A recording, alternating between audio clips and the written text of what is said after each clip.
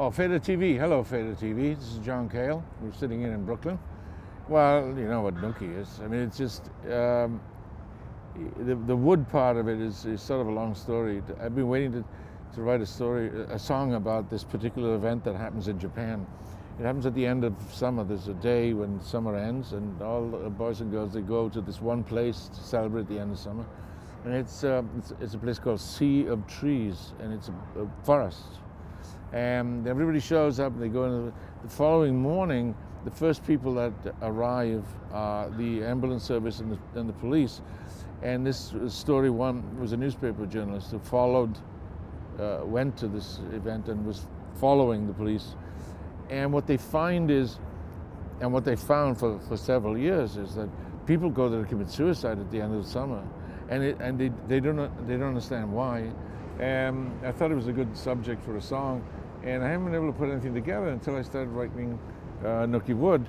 And there were a lot of noises in Nookie Wood I mean, the song itself is kind of claustrophobic, and it has, it reminds me of Blade Runner a bit, because you have these intense sort of announcements going on. I did this audio video project for the Venice Biennale on behalf of Wales, and working on that, we were working really on laptops, and it kind of worked, but it was time to expand, so I started building and accruing equipment. When they asked me to do something, I thought about it, and I thought the only thing I knew something about audiovisual, but I thought that it had to be personal. That was the only way I was going to really have people connect with what I was doing. So, you know, in Wales, it's a split society. I mean, it's really, some of it speaks Welsh, some of it speaks English.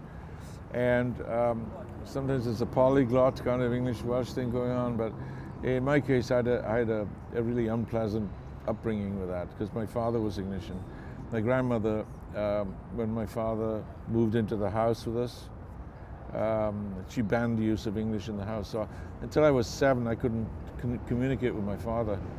And I resented that a lot.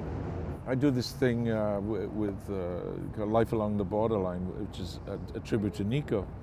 And when we started doing that, everybody wanted to say, yeah, we'll come along, we'll sing All Tomorrow's Parties, we'll sing I'll Be a Mirror. And I said, no, the point of that show is really to deal with Nico's songs. And all of a sudden, you know, out of the woodwork come like tons of young female artists who love Nico, and for the right reasons. They loved it for the songwriting.